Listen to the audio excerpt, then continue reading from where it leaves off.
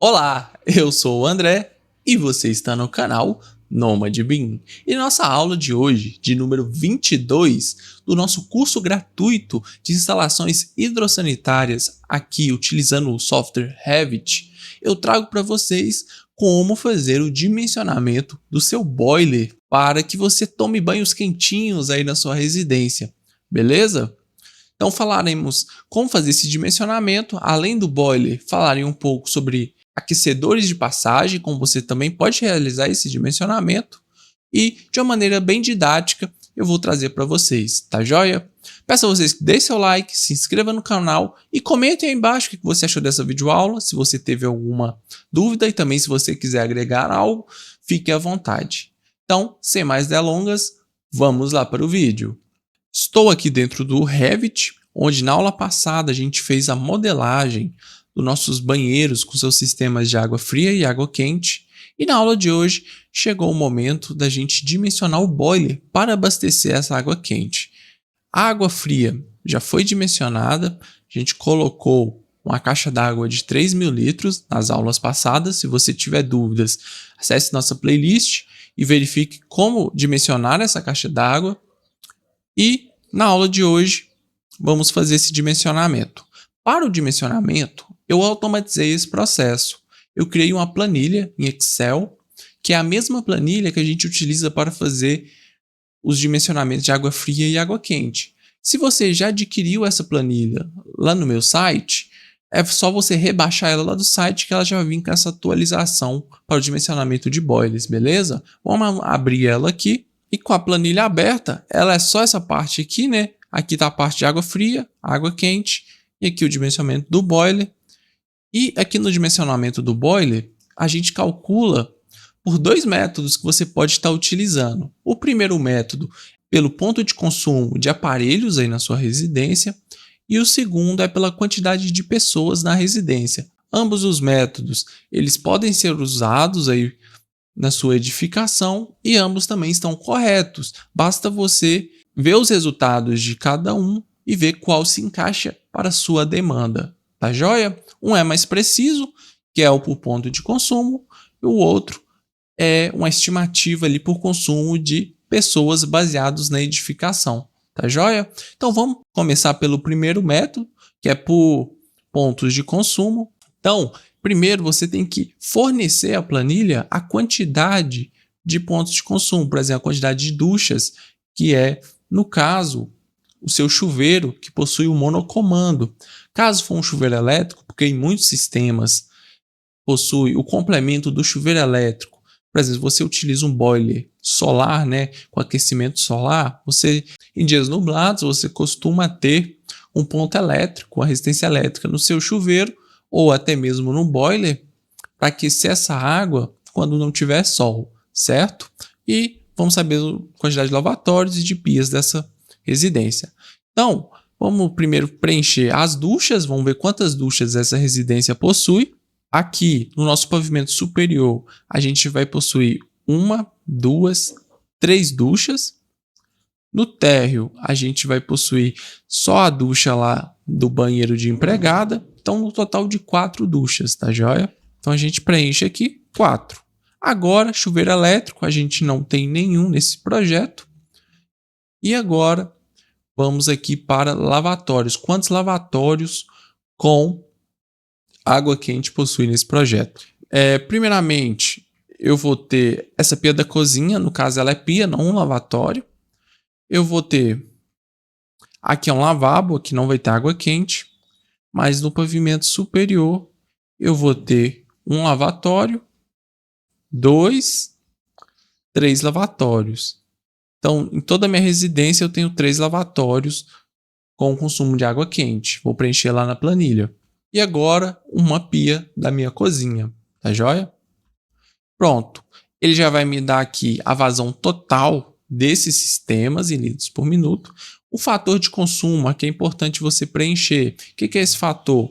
É a probabilidade de todo mundo ligar o equipamento ao mesmo tempo.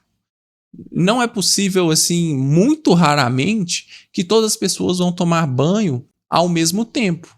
Então, a gente coloca uma probabilidade aí. Então, essa probabilidade, o projetista, ele mede ali conforme a demanda da residência e preenche. Para essa residência, eu vou pôr 40% de fator de consumo aqui para esse dimensionamento. E ele já me recomenda aqui, no final, o tamanho recomendado em litros do boiler, tá? Então a gente vai procurar um boiler que supere o mais próximo, né, desse tamanho recomendado, que no caso é o de 600 litros, por exemplo, tá joia? Você pode alterar esse fator de consumo, se você quiser usar 50%, você vê que ele aumenta também. Aí fica a critério do projetista. E esse foi o primeiro modo. Agora vamos fazer o segundo modo, que é o dimensionamento pela quantidade de pessoas da residência. Olha que legal. Esse dimensionamento, ele basicamente você vai pegar quantas pessoas moram naquela residência ou frequentam e vai preencher. Mas primeiro você precisa saber qual tipo de edificação. Por exemplo, essa edificação nossa é uma residência de alto padrão. Então eu tenho que alterar aqui, está como um médio. Então eu vou selecionar aqui no Excel, residência de alto padrão, mas a gente também tem apartamento, quartel, escola. Isso aí é tudo tirado também da norma, tá joia? Então a gente vem aqui, residência de alto padrão.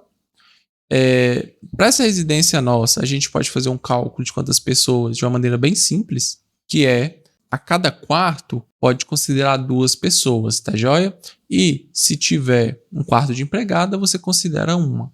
Essa residência, ela possui uma suíte master, 1, 2, 3 quartos. Então fica 2 pessoas, no total de 8 pessoas, tá joia? No térreo, a gente vai ter apenas o quarto de empregada. Então essa residência tem um total de 9 pessoas, beleza? Então você pode vir aqui na planilha e no número de residentes escrever 9. Beleza. E ele já me dá aqui o tamanho recomendado de litros do nosso boiler. Olha, você viu que ficou parecido, entendeu? Aqui já usou 495, aqui já está 536 litros. Talvez você possa adotar um boiler de 500 para ficar entre essa média aí e conseguir atender essa residência, tá joia? Então, eu vou optar por um boiler de 500 litros aqui para essa residência. Aí, se for um boiler solar, ele vai necessitar das placas solares, certo? Então, você vem aqui, preenche o tamanho adotado, placa solar, e ele já vai me dar o número de coletores solares de 1 metro quadrado. No mercado, você tem coletores de 2 metros e 1 metro. Então, você precisará de 5 coletores solares de 1 metro para abastecer esse boiler de 500 litros. Tá joia? Então, fica dessa forma. E agora eu vou passar aqui bem rapidinho para o dimensionamento de aquecedor de passagem. Pode ser a gás, pode ser GLP, pode ser elétrico. Tá joia? Mas ambos funcionam da mesma forma. Muito parecido aqui com o ponto de consumo que a gente fez aqui em cima para o boiler. A gente pode pegar os mesmos dados, preencher essa planilha, tá? Por exemplo, se for ducha, 4. Se for chuveiro elétrico, 0. Se for lavatório, 3. Se for pia, 1.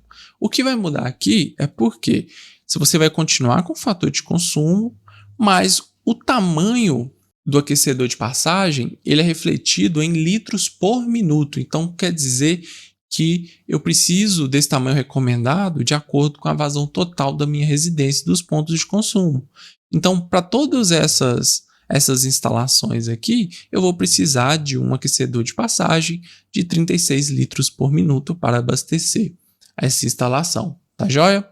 Então, beleza, aquecedor de passagem é isso. Agora vamos voltar lá no Revit, só para a gente colocar os aquecedores solares e o boiler na nossa residência. E nas próximas aulas eu vou ensinar vocês a como fazer a modelagem de todo esse sistema. Aqui dentro do Revit, vamos lá para a planta de cobertura e vamos posicionar aqui o nosso boiler.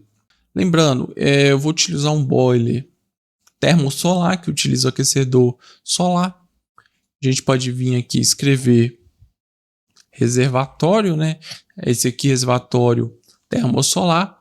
A gente tem os modelos de alta pressão E também temos os modelos de baixa pressão. A gente ainda não sabe ao certo qual vamos utilizar, porque para me saber se eu vou precisar de um boiler de alta pressão ou de baixa pressão, eu necessito fazer os cálculos que vamos fazer nas próximas aulas, para aí sim saber qual boiler utilizar. Mas eu vou pegar aqui um de alta pressão, por exemplo, de 500 litros, tá?